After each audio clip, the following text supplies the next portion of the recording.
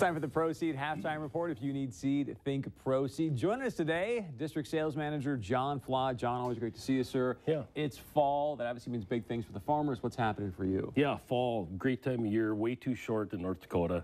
Hunting, different seasons, opening up just about each week.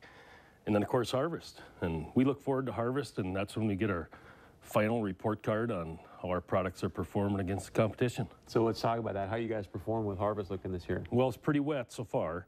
Kind of waiting to dry up and get some plots off, but we'll win more than we lose probably.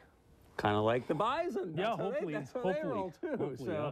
Also, you got some new varieties of beans and corn coming out, I think, for next year. What do you have going on there? Yeah, that's part of my job is evaluating new corn hybrids and soybean varieties, and we'll have probably 7 corn hybrids and 8 soybean varieties new for next year. And what are those going to do for our farmers here in the area? Well, hopefully produce more corn and beans. That's the goal, right? Yeah, right on. All right, I know you guys have some great cash discounts. How can people take advantage of those? Yeah, so we just passed one October 5th. We got another one coming up November 5th. Good stuff. I know if you want to get a hold of John as well, you can do that by going to proseed.net. They've got the great Right Choice program with the DeWalt tools as well. And be sure and stay with us. Much more coming up right here on the Proseed Halftime Report.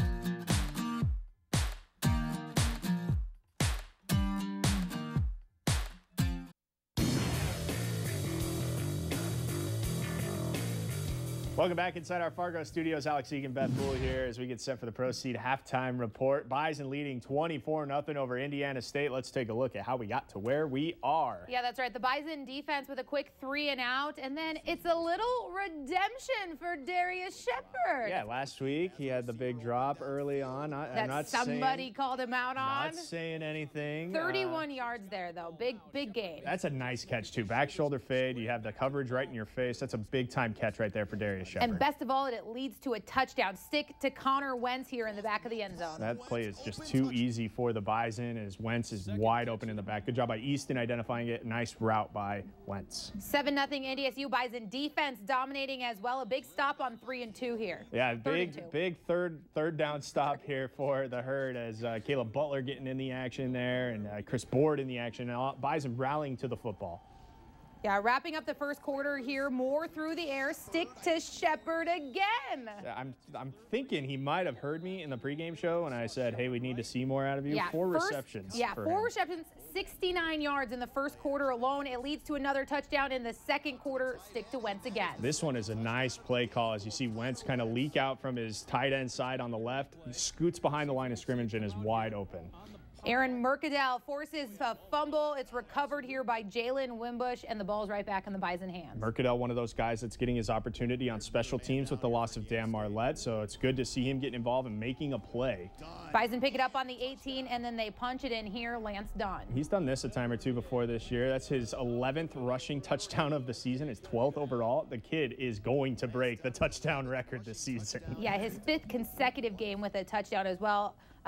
Next up, more from the Bison defense. A strip sack from Wimbush here, and Stanley Jones is the first to fall on it. Good pressure off of the corner. Quarterback does not see it coming at all, and good for Stanley Jones, who we gave a hard time to in the pregame show with the Heard This One segment. Check it out on our Twitter page. Well, that leads to 3 for the Bison as they take a 24-0 lead. They continue to get points off these. It's just a really good for the Bison to force these turnovers and, like you said, to get the points off the turnovers. There's nothing more devastating than not getting those points after you work so hard to get a turnover. All right, well, there at the end of the half, we got to see James Hendrick get another pick. It's his 4th of the season already. Taking a look at it right here, another pick for him. He's been huge, making that transition from quarterback. It certainly is really nice to see, and you hear the guys keep talking about it. He knows the game so well because he was a quarterback. He knows offenses so well, so he knows how to be in the right spot at the right time. And good to see James, who, yeah, he did switch positions. Heck of a center That's your fielder. Emergency quarterback right there, playing center field there in the old baseball field there at Indiana State. It all comes together. Yeah, that's right. Bison winning 24-0 though right now at the half. Coach Kleiman saying there's still some things they want to see them improve on, but they're looking pretty good right now. Yeah, let's take a look at those halftime stats brought to you by the North Dakota Certified Seed Producers, and the Bison are leading in pretty much every statistical category. The score, the rushing yards are good. Easton's up over 100 yards passing. Turnover battle, you'd like to see that in the turnover battle. if you're going to win on the road, you got to win the turnover battle. You need to take advantage of those unforced errors, penalties. There have been a lot of them early on. Also, a lot of injuries. A lot of penalties, a lot of injuries. One thing I would like to see here in the second half is establishing a little bit better of that rushing game. I want to see a little bit more from the Bison. I don't know if that's the Grant Olson effect. Right. I don't know if that's exactly what we're seeing, but I'd like to just see a little bit more of a presence there. And to your point, the Bison are pretty balanced right now, which is great. That's what you want. You want to be balanced on offense. I just like my run game. You do like the run game. That's okay. We're going to step aside. That is your stats report brought to you by your North Dakota certified seed producers. We step aside. We're going to take you a look around the valley, including some very big games that are going to kick off here in just a little bit. We'll tell you all about it next here on the Proceed Halftime Report.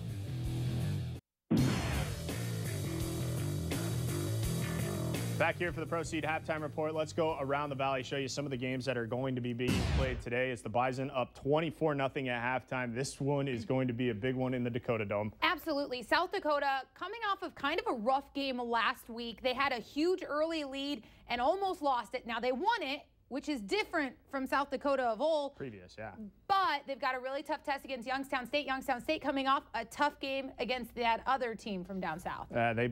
They beat up on South Dakota State. The score wasn't very indicative of how close that game wasn't, really. Youngstown State undefeated, South Dakota playing good football as well. It's a physical game, though. Yes, so we heard the guys say in the pregame show, hopefully these two teams beat up on each other because NDSU is heading to Youngstown. Keeping my eyes on that one here shortly. That will be a fun one. Kicks at 2 p.m. Central Time here in about 15 minutes or so. Western Illinois out at Northern Iowa. The Panthers looking to take down the Leathernecks. Uni Dome's always a tough place to play. And you know what? Those two, I think, play some of the most physical football inside the Valley. Hopefully, again, let's beat up on each other, boys. Yeah, we still, the Bison still have to see both of these teams in the coming weeks as well. The next page for you there, Southern Illinois taking the trip to Brookings, South Dakota for a meeting with the Jackrabbits. That game will kick at 6 p.m. Central Time, and Illinois State stepping out of conference play, going into this MVFC Big Sky Challenge again. It will be another Illinois State and Northern Arizona meeting up. That game will also kick at 6 p.m. Central from the Walk-Up Sky Dome in Flagstaff. Football to watch all day long today. Really, yes. You can get done with our game, move on into other games. There's plenty of football to watch. Have no fear. There will be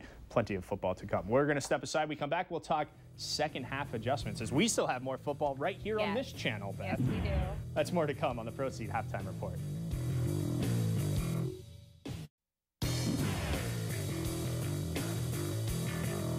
Proceed Halftime Report wrapping up here from our Fargo studios. We'll get you out to Terre Haute, Indiana in a second. Beth, what do you want to see in the second half? I said it earlier. I want to see a little bit more of that run game. I know they're even in balance, but I want a little bit of that domination. It would be nice to see the run game take off here and especially melt the clock with a 24-0 lead. Let's send you back out to Terre Haute. Brian Shaw and Lee Timmerman out at Memorial Stadium.